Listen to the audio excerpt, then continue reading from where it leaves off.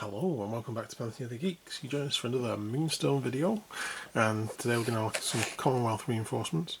I've got the Rags to Riches box there, we've got the Tumbledown Street box there, then we have the, well, Commonwealth and Dominion, Gotchgut. He's going to be used in, I could always use him in Dominion, but he's one that can be taken in either faction. He's basically just a hired mercenary, but I thought he looked cool, so I got him act as a bodyguard for some of the Commonwealth guys, give them some more hit points essentially, while seeking scare goblins. So let's get these unboxed like we've done with the previous set. I'm going to be unboxing them all together, then I can get them washed, make sure the resin's okay, make sure the models are okay, and get them ready to go on the bases. So we have Gertrude. There's Gertrude's card. Again, all these cards are available on the website for Moonstone A game. Spin Kick is her signature. Natty the Slum Thief. Cut Purse. And Kaufman, the Human Noble.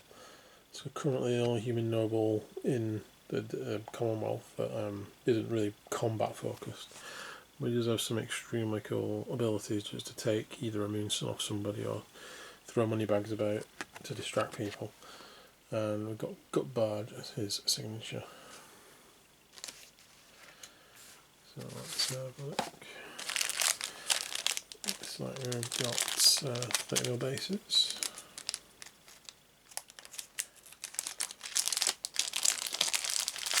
Oh, okay. There's 5 bases in there. There's a reason for that. I do know Kaufman's ability lets him put money bags down, and they're a 30mm diameter count. I don't know if that's why they're giving you extra bases to represent them, or whether it's just been mispacked. I don't know. I don't have another point of reference for it.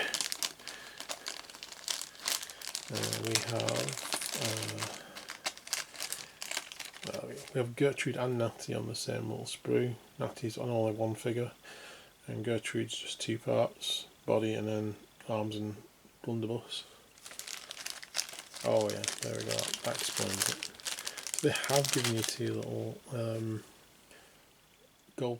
gold bag purse, whichever, there to actually use as icons, which is really cool. I didn't know they did that. Kaufman's an all-in-one figure, so nothing other than to give him a wash, clean him, give him a clean up, make sure there's no little bits of like flash on there. I don't know what the resin version of flash is, I don't know if it's still called flash, but little bits of flaky resin that's on the edges. Make sure there's nothing like that hidden anywhere. That's a pain when you come to paint it and you've missed a bit. And they're cool, they'll just be stuck to the base. I'm really chuffed that they've given you 2 little bags of gold. So that explains what the 5 bases are for anyway. 2 of them will be for the gold markers. In theory you could put down more than that, I think. I don't think there's a limit on how many you can put down, but realistically I think 2's cool. Yep, awesome. So that's easy to put together set. I'll go to Tumbledown Street now.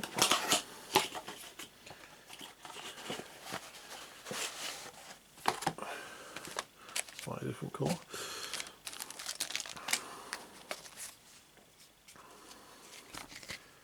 So in this set we've got Quack. He's basically a bit of a healer, a bit of a wizard. He's Gone in a Puff is his signature move. We have Fritz, a human mercenary who just hits like a +3 to damage if he does slicing. That gives you an idea. Hits very hard. Intimidate humans and goblins. Yeah, I'm looking forward to testing that guy out. He has Corn Cutter, which is his signature move. We've got Agatha the Tavern Frau. Dutch Courage, Concealed Dagger. She does a little bit of everything though, really. Hell Hath No Fury is her signature. Here we go. Let's have these models. One 3 bases, good. Fritz, a 2-parter. Great Sword and Fritz, that's it. And we have 1 sprue for Quack and 1 sprue for Agatha. So there's Quack. So we have his head, arms, that's it. Pretty simple construction. Agatha, we have, oops. Yeah, just dropped that and retrieved it. So yeah, that bit came off when I dropped it. All that is the bonnet that she's wearing, the hat. So that's pretty easy to put on. And then we also have her arm with the 3 pint glasses on there. So again, pretty easy to stick together. These are a lot easier. Well, the goblins weren't difficult, but these are a lot even more straightforward, shall we say. And then we have Gotchgut.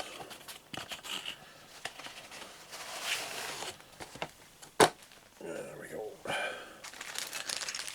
So Gotchgut, giant mercenary. It's scary to goblins. Kick to the guts is his signature. And let's have a look. I feel like he's slightly bigger than the trolls. I've only got 1 troll, that was Ribold. He feels like he's bigger, but hunched over. So yeah, he's there on a 40mm base. And again, he's only 4 parts. So even for his size, he's just a 4-piece model. Pretty obvious, put your arms on and your head on. There's nothing really to... I think they're all pretty straightforward, these ones. So what we'll do, as usual, I'm going to go away, cut them off the sprues, give them a nice wash, give them a scrub, make sure there's no bits of flash on the model, or at least try and get them all off before I get to the priming stage. Also do some bases. Probably going to keep these straightforward. I keep dropping things today, I've got dropsies. I'm going to keep these straightforward. The rest of the Commonwealth I'll just put on like a cobblestone base. Unless I can think of anything interesting to put on some of them, I might put something. I might put a little bit on Gotchguts because it'll be a bigger base, and he can be Dominion as well. So I might throw a mushroom on there or something just to, because that seems to be my theme with the goblins, and the Dominion in general is mushrooms, hidden everywhere. So I might do that. I might not. We'll see how I feel. But I think these are going to be a lot more straightforward bases anyway. It's a case of cutting off some stuff to do some cobblestones. Keep them similar to the previous ones, I think. But there we go. So I should be back, ready to put them together. Okay, so we've cleaned their models up. They're all ready to be stuck together. I've also made the bases. Tried to get a bit more interest by putting some leaves on there. Made the leaves the same way. I actually made the cobblestones. I used the same stuff, just a very thinner green sheet of that stuff. It's very thin. And then I used some punch cutters from green stuff. These ones, just to punch them out. I've never used them on these before. It's the first time I've tried using it, and it comes out really well. I've used them on paper, I've used them on, trying to use them on other things. This actually works really well because it's thick enough that you've still got a leaf at the end of it. It's not going to deform, and it's thin enough that it'll punch through really easily. I did try on some of the others, not quite as good on the fern type ones, but on these leaves, great. So I've thrown a few leaves on there. Not done much else on the bases. On Gertrude's, because she's on a rock anyway with like a tree, looks like a tree root around it.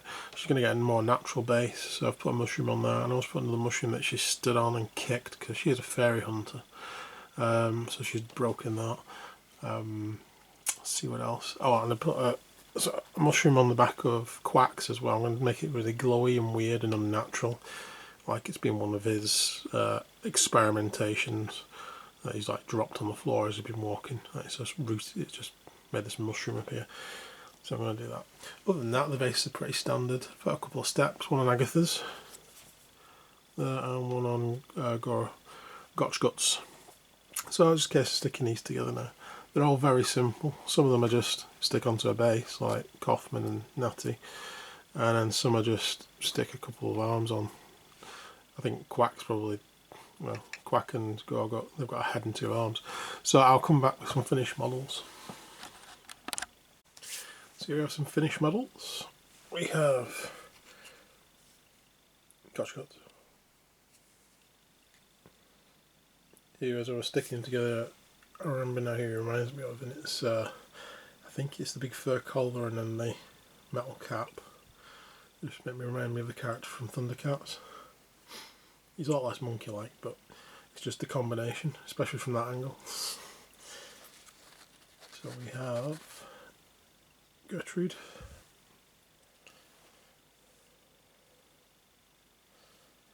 and Kaufman. Coming to buy all the moonstones. And Natty, who I need to play to figure out whether she's a thief or an assassin. I've not decided yet, looking at the roles. I need to see how she plays out in the game. We have a couple of the pouches there.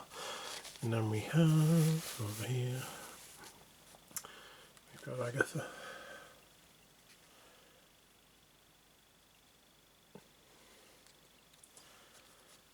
And we have Quack.